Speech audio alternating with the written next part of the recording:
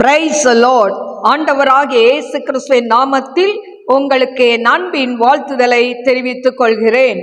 அருமையான தெய்வ பிள்ளைகளே, ஒவ்வொரு நாளும் இந்த யூடியூப் மூலம் உங்களை சந்திப்பதில் நான் மிகுந்த மகிழ்ச்சி அடைகிறேன். இந்த ஆடியோவை நீங்கள் கேட்டு தேவ ஆசீர்வாதத்தை பெறுவது மட்டுமன்றி, உங்களுக்கு அறிமுகமானவர்கள், உங்கள் நண்பர்கள், உங்கள் உறவினர்களுக்கும் இந்த ஆடியோவை அனுப்பி தேவனுடைய நாமத்தை மகிமைப்படுத்தும்படி உங்களை அன்புடன் கேட்டுக்கொள்கிறேன். இந்த நாளிலும் எஸ்தர் 6ஆம் அதிகாரம் 1 வசனம். அந்த ராத்திரியிலே ராஜாவுக்கு நித்திரை வராதபடியினால் கால வர்த்தமானங்கள் எழுதியிருக்கிற நடபடி புஸ்தகத்தை கொண்டு வர சொன்னான். அது ராஜ சமூகத்தில் வாசிக்கப்பட்டது.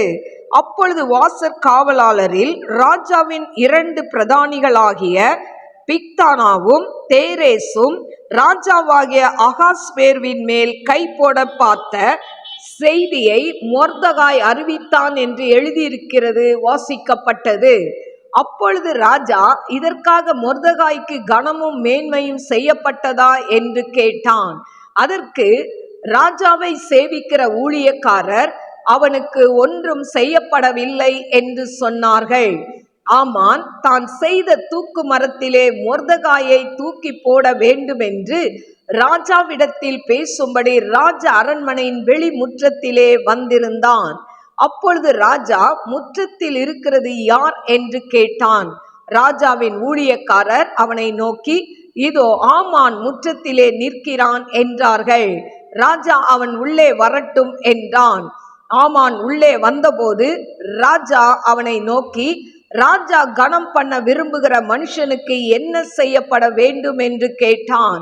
அதற்கு ஆமான், என்னையன்றி யாரை ராஜா கனம் பண்ண விரும்புவார் என்று தன் மனதிலே நினைத்து ராஜாவை நோக்கி, ராஜா கனம் பண்ண விரும்புகிற மனுஷனுக்கு செய்ய வேண்டியது என்னவென்றால், ராஜா உடுத்திக் கொள்கிற ராஜ வஸ்திரமும் ராஜா ஏறுகிற குதிரையும் அவர் சிரசிலே தரிக்கப்படும் ராஜ முடியும் கொண்டு வரப்பட வேண்டும்.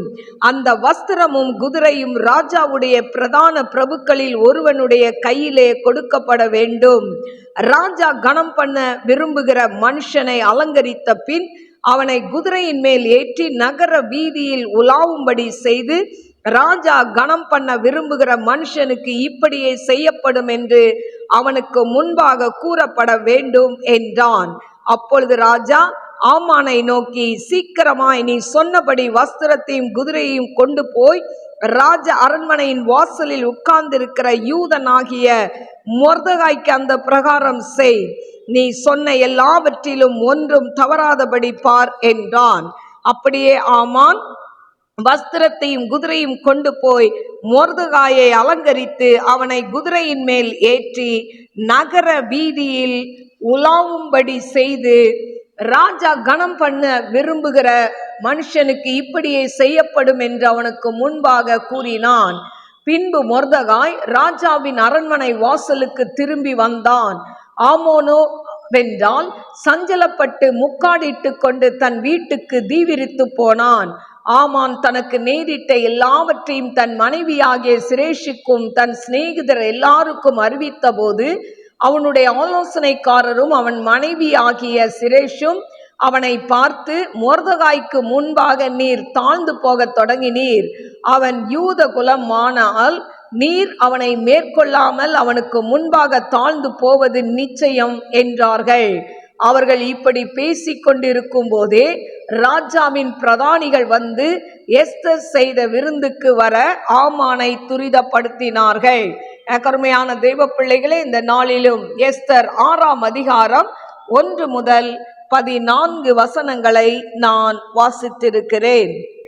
கருமையான தெய்வ பிள்ளைகளே, இப்போ இந்த எஸ்தர் அதிகாரத்துல பாத்தீங்கன்னா, இதுக்கு முந்தின அதிகாரத்துல ஆமான் என்ன பண்றான், 50 முழ உயரமான ஒரு தூக்கு மரத்தை அவன் செய்து வைக்கிறதை நாம் பார்க்கிறோம்.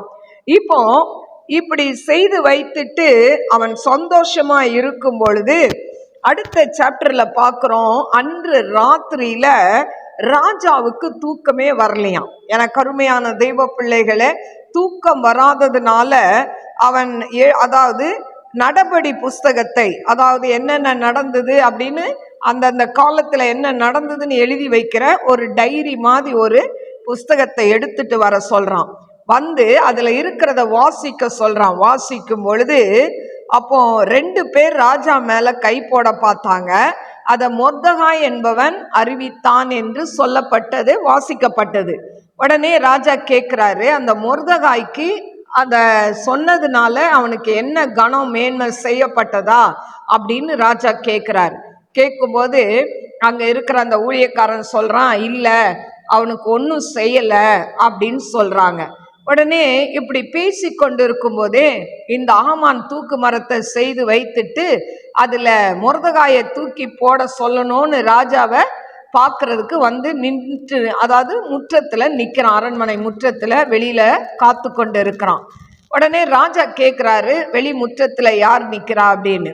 உடனே அவர் சொல்றாரு, ஆமான் வந்து வெளிமுற்றத்துல உங்களை பார்க்க வந்திருக்கிறான் அப்படின்னு சொன்ன உடனே ராஜா சொல்றாரு, உள்ள அவனை வரவிடு அப்படின்னு. உள்ள வந்த உடனே ஆமானை பார்த்து சொல்றாரு, ராஜா கனம் பண்ணுகிற ஒரு மனுஷனுக்கு என்னென்ன செய்யணும் அப்படின்னு கேட்கிறாரு.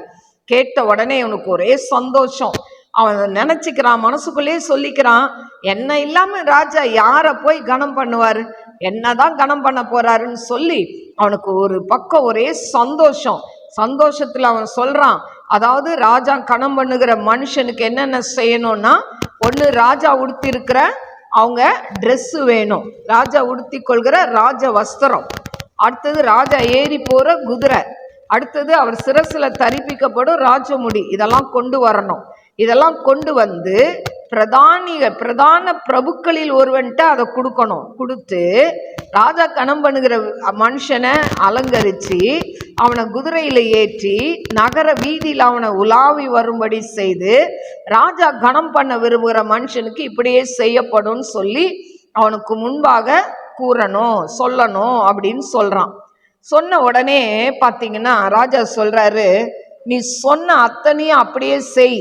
நீ என்ன பண்ணு, எல்லாத்தையும் எடுத்துட்டு போய் என்ன பண்ணு, ஒன்னையும் தவறக்கூடாது, நீ என்ன பண்ணு, அதை சீக்கிரமா செய் அப்படின்னு சொல்லி அவனை அனுப்புறத பார்க்கிறோம். ராஜா அரண்மனையின் வாசலில் உட்கார்ந்து இருக்கிற யூதனாகிய மொர்தெகாய்க்கு அந்த பிரகாரமாய் செய், நீ சொன்ன எல்லாவற்றிலும் ஒன்றும் தவறாதபடி பார் என்றான். பாருங்க எப்படி இருந்திருக்கும் அந்த சூழ்நிலையை கொஞ்சம் நம்ம யோசித்து பார்த்தோம்னா, அவனை மொர்தெகாய அந்த தூக்கு மரத்துல போடலான்னு சொல்றதுக்கு ராஜா கிட்ட வரான். ஆனா அங்க சூழ்நிலை தலைகீழாய் மாறி இருக்கு. அங்க என்ன சொல்றாங்க, அதாவது ராஜாக்கு தூக்கம் வராம அந்த யாரு வந்து ராஜாவை காப்பாத்துனதுன்னு சொல்லி தெரிஞ்ச உடனே ராஜா என்ன பண்றாரு, அவனை கனம் பண்ண விரும்புறாரு. எப்படி கனம் பண்ணணும்னா, எவனை கொல்லணும்னு நினைச்சானோ, எவனை அழிக்கணும்னு நினைச்சானோ அவனை தன் வாயினாலே அவனுக்கு கனத்தை கொடுக்க சொல்லி, தான் வாயினாலே சொல்ல வச்சு தானே அவனை என்ன பண்றது, அதாவது எல்லா இடத்துலையும் நகர வீதிகளில் சுற்றி வர செய்து. பாருங்க எவ்வளோ ஒரு பரிதாபமான நிலைமை. ஆனால் ராஜா சொல்லிட்டு அதுக்கு அப்பீலே கிடையாது இல்லை, ராஜா கிட்ட எதிர்த்து ஒரு வார்த்தை கூட பேச முடியாது. உடனே அவன் மனசுல 1000 கசப்பு இருந்தாலும் அவன் என்ன பண்றான், எல்லாத்தையும் எடுத்துட்டு போய் அவனை அலங்கரிச்சு அவனை குதிரையில ஏத்தி நகர வீதியில வரும்போது ராஜா விரும்புகிற மனுஷனுக்கு இப்படிதான் செய்யப்படும்னு சொல்லி அவனுக்கு முன்னால சொல்றான். சொல்லிட்டு அவனுக்கு அதை தாங்கி கொள்ளவே முடியல. இப்போ மொர்தெகாய் என்ன பண்றாரு, அவரெல்லாம் சுத்தி வந்து ராஜா அரண்மனை வாசல்ல வந்து நிக்கிறாரு. ஆனா இந்த ஆமான் என்ன பண்றான், அவனுக்கு ஒரே சஞ்சலம், அவமானம், வேதனை, அப்படியே வெக்கம். அவன் என்ன பண்றான், அப்படியே முக்காடு போட்டுக்கிட்டு தான் வீட்டுக்கு ஓடி போறான். போயிட்டு அங்க நடந்ததெல்லாம் மனைவிக்கும் அவன் ஃப்ரெண்டுங்களுக்கும் சொல்றான். உடனே அவங்க மனைவி சொல்றா, நீ மொர்தெகாய்க்கு முன்பாக நீ என்ன பண்ணிட்ட, தாழ்ந்து போக தொடங்கிட்ட. அவன் யூத குலம், அதனால நீ அவனை மேற்கொள்ள முடியாது. அப்படின்னா என்ன அர்த்தம், யூதர்களுக்கு தேவன் உதவி செய்வார் என்பதை அவர்கள் அறிந்திருந்தார்கள். அதனாலதான் அவன் சொல்றான், அவன் யூத குலம், அதனால அவனை நீ மேற்கொள்ள முடியாது அப்படின்னு சொல்லி, நீ நிச்சயமா தாழ்ந்து போவது நிச்சயம்தான் சொல்லி அவன் ஒய்ஃபு சொல்றான். எனக்கு அருமையான தெய்வ பிள்ளைகளே, இதுல பாத்தீங்கன்னா இப்படி இவங்க பேசிக்கிட்டே இருக்காங்க.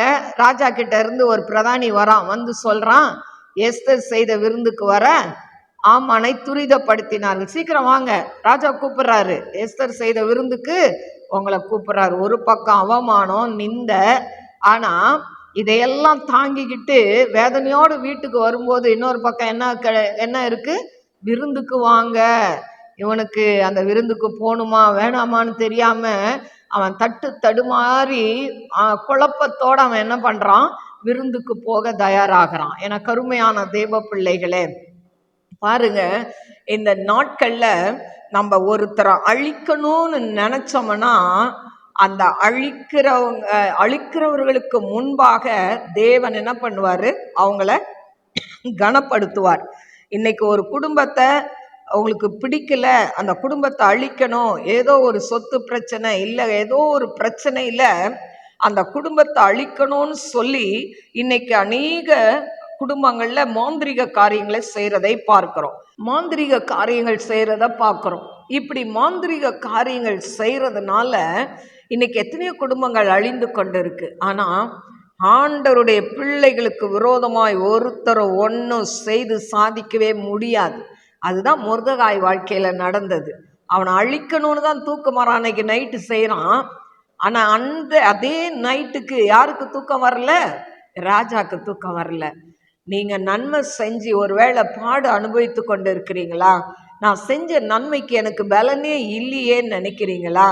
நான் செஞ்ச நன்மைக்கு பதிலாக எனக்கு தீமை தானே செய்கிறாங்கன்னு நினச்சி கலங்குறீங்களா?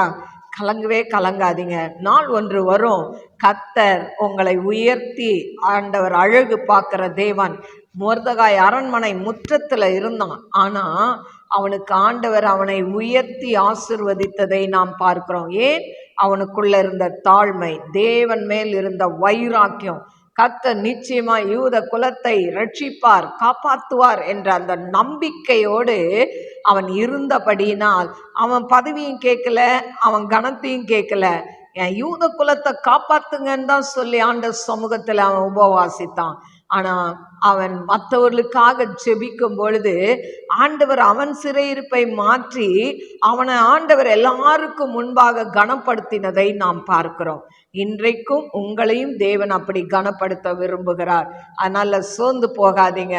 நான் நன்மை தானே செய்தேன், ஆனால் நான் இப்படி தீமை அனுபவிக்கிறேனேன்னு சொல்லி ஒருவேளை வருத்தப்பட்டிருந்தா, இந்த மொர்தெகாய் பாருங்க, ராஜாவை அந்த கொலை செய்ய நினைச்ச அந்த ஜனங்கள்கிட்ட காப்பாத்தினா. ஆனா அன்னைக்கு உடனடியா அவனுக்கு எந்த நன்மையும் கிடைக்கல. உடனடியா அவனை பாராட்டி அப்ரிஷியேட் பண்ண ஒருத்தனும் இல்லை. ஆனா காலம் வந்தது, ஏற்ற காலத்துல ஆண்டவர் என்ன பண்றாரு? அந்த காரியத்தை வெளிப்படுத்தி அவனை உயர்த்துகிறதை பார்க்கிறோம். அதனால ஆண்டவர் ஏற்ற காலத்தில் நம்மை உயர்த்தும் வரை அவர் பலத்த கரத்துக்குள் நாம் அடங்கி இருப்போம் என்று சொன்னால், தேவன் ஒரு நாள் உண்டு, எல்லாருக்கும் முன்பாகவும் மொர்தெகாயை உயர்த்தி ஆசீர்வதித்து கனம் பண்ணினது போல உங்க வாழ்க்கையும் தேவன் கனம் பண்ணுவார். நீங்க செய்ய வேண்டிய ஒரே காரியம், தேவனை சார்ந்து கொள்ளுங்கள். மொர்தெகாய் தேவன் மேல் நம்பிக்கை வைத்தான். என் யூத குலத்தை, என்னையும் என் யூத குலத்தையும் காப்பாற்ற தேவனால் முடியும் என்று சொல்லிதான் ரெட்டுடுத்தி அவன் உபவாசித்தான். ஆண்டவர் மேல இருந்த அந்த வைராக்கியம் இன்னைக்கு நமக்கு இருக்கா? அந்த வைராக்கியம் இருந்தால் தேவன் எந்த இடத்துல நீங்க தலை குனிந்து நிக்கிறீங்களோ, எந்த இடத்துல அவமானப்பட்டு கண்ணீர் வடித்து நிக்கிறீங்களோ, அதே ஜனங்கள் மத்தியில, அதே இடத்துல, அதே இனத்தார் மத்தியில, உன் உடன்பிறப்புகள் மத்தியில கர்த்தர் உன் தலையை உயர்த்தி உன்னை கனப்படுத்த அவர் வல்லமை உள்ளவராய் இருக்கிறார் என்பதை நாம் மறந்து போகக்கூடாது. கர்த்தர் உங்களோடு கூட இருக்கிறார். சோர்ந்து போகாதீங்க. ஏற்ற நேரத்தில் கர்த்தர் உங்களை கனப்படுத்துவார். அதற்காக காத்திருங்க, ஜெபியுங்க. கர்த்தர் உங்களை ஆசீர்வதிப்பார். கண்களை மூடி நாம் ஜெபிப்போம். ஸ்தோத்திரிக்கிற ஆண்டவரே, மகா பரிசுத்தமுள்ள நல்ல தகப்பனே, நந்தியோடு ஸ்துதிக்கரவர தீரபா லபூரியா கரபலபரபா தீரபா லபக்கரபலபரபா ஊரா மாக்கரபலபரபல தூரிபி கரபலபரபல தூமாராக்கா சத்ருபி அந்தராலார பேக்கரபா. ஆவியானவரே, உமக்கு நன்றி அப்பா, நன்றி அப்பா, நன்றி அப்பா. ஆண்டவரே, மொர்தெகாயை அழிக்கிறதுக்கு ஒரு தூக்கு மரம் ஆண்டவரே செய்யப்பட்டது. ஆனாலும் ஆண்டவரே, அந்த மொர்தெகாயை நீர் கனப்படுத்தி நீர் ஆண்டவர அப்பா தகப்பனை இதை கேட்டுக்கொண்டு இருக்கிற அன்பு சகோதர சகோதரிகள் அப்பா நன்மை செய்து இன்னைக்கு தீமை அனுபவித்து கொண்டு இருக்கலாம். ஆனால் ஏற்ற காலத்தில் அவங்கள நீங்க கனப்படுத்த போறீங்க, அவங்க தலையை உயர்த்த போறீங்க. அதற்காய் ஸ்தோத்திரிக்கிறேன் ஆண்டவரே. ஏசப்பா ஆண்டவரே உமக்கு நன்றி. அவங்களுடைய நிந்தைக்கு பதிலாக, வேதனைக்கு பதிலாக, கண்ணீருக்கு பதிலாக ஆண்டவரே நித்திய மகிழ்ச்சி அவங்களுக்கு கொடுக்க போறீங்க. அதற்காய் ஸ்தோத்திரிக்கிறேன். ஆசீர்வதிங்க ஏசப்பா. இந்த நாள்ல பிசினஸ் பண்ற பிள்ளைகளை ஆசீர்வதிங்கப்பா. வேலை செய்யற பிள்ளைகளுக்கு நல்ல வேலையை கொடுங்கப்பா, ப்ரமோஷனை கொடுங்கப்பா. ஆண்டவரே வேலை இல்லாம ஆண்டவரே காத்திருக்கிற பிள்ளைகளுக்கு நல்ல ஜாபை கொடுங்க ஆண்டவரே. திருமணத்துக்கு காத்திருக்கிற பிள்ளைகளுக்கு ஏற்ற துணையை வாய்க்க செய்யுங்க ஆண்டவரே. டிப்ரெஷன்ல இருக்கிற பிள்ளைகளை ஆண்டவரே நீங்க தூக்கி நிறுத்துங்கப்பா. அவங்க டிப்ரெஷன்ல இருந்து வெளியே கொண்டு வாங்கப்பா. அவங்க போடுகிற எல்லா மாத்திரைகளை எல்லாம் ஆண்டவரை நிறுத்தி ஆண்டவரை நீங்க அவங்களுக்கு தெய்வீக சுகத்தை கொடுக்க வேண்டுமாறு ஜெபிக்கிறேன் ஆண்டவரே. அப்பா செய்வனைனால இந்த டிப்ரெஷனால இன்னைக்கு எத்தனை பிள்ளைகள் திருமணம் ஆகாம, படிக்க முடியாம, வேலைக்கு போக முடியாம ஒரே இடத்துல உட்கார்ந்து இருக்கிறாங்களேப்பா. அப்படிப்பட்ட பிள்ளைகளுடைய கட்டுகளை கட்டவிழ்க்க வேண்டுமாறு ஜெபிக்கிற, விடுதலையை கொடுக்க வேண்டுமாறு ஜெபிக்கிற. நீங்க தூரத்துக்கோ தேவன், சமீபத்துக்கோ தேவன் அப்பா. இந்த யூடியூப்ல இதை கேட்டுக்கொண்டு இருக்கிற யாராயிருந்தாலும் ஆண்டவரே அப்படிப்பட்ட பிள்ளைகளை நீர் விடுதலை செய்து உங்க நாமத்தை மாத்திரம் மகிமைப்படுத்துங்கப்பா. அவையாண்ட கரத்துல தாழ்த்தி ஒப்பு கொடுக்கிற, படுத்த படுக்கையா இருக்கிற பிள்ளைகளுக்கு அவருடைய வியாதி படுக்கையை மாற்றி போடுவீராக. அவையாண்ட கரத்துல தாழ்த்தி ஒப்பு கொடுக்கிறப்பா.